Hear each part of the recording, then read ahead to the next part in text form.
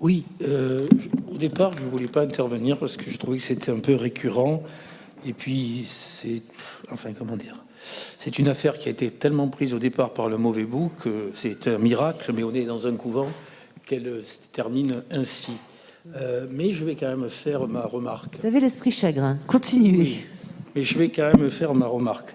Et en fait, c'est votre responsable si compétent en matière juridique qui me l'offre sur un plateau.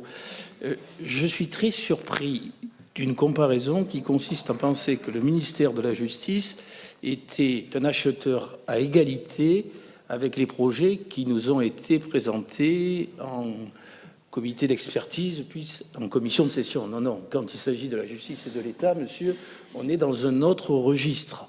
Et donc c'est parce que l'État a désiré, finalement, de son propre mouvement.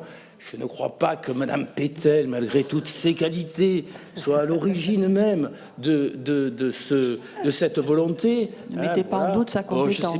Je sais bien que Mme Pétel fait tout. Elle a même averti le président de la République et son entourage que Mme Le Maire avait le Covid. Donc je sais qu'elle fait tout. Je sais qu'elle peut tout faire. Ben, dis donc. Mais voilà.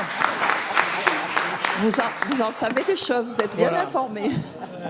Hein, c'était un peu... Non, c'était bien placé. Je trouvais que c'était bien placé. Alors, non, mais c'est pas Mme Pétel.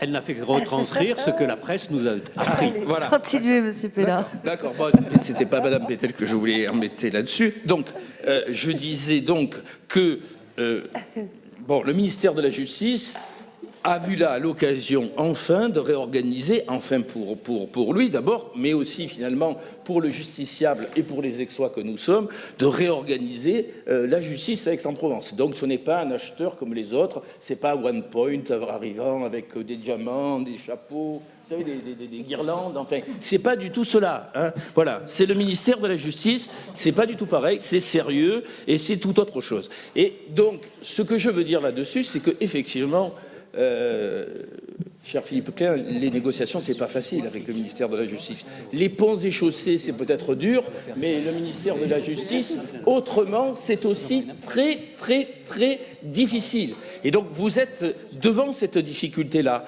Et donc, ce que je veux dire, c'est que, vous voyez, c'était un bien communal. Il va être finalement un bien de l'État à travers donc l'activité de justice. C'est la meilleure des solutions dans la situation telle qu'elle était. Mais finalement, tout le monde est passif là-dedans. C'est le ministère de la Justice qui décide de l'essentiel. Effectivement, essayer que ça reste ouvert au public, préservons ce que nous pouvons préserver. Mais si le ministère de la Justice s'installe, eh bien, ça ne sera un bien communal que si l'État, un jour, le veut bien et à certaines conditions. C'est loin d'être gagné. Voilà ce que je voulais dire sur ce sujet.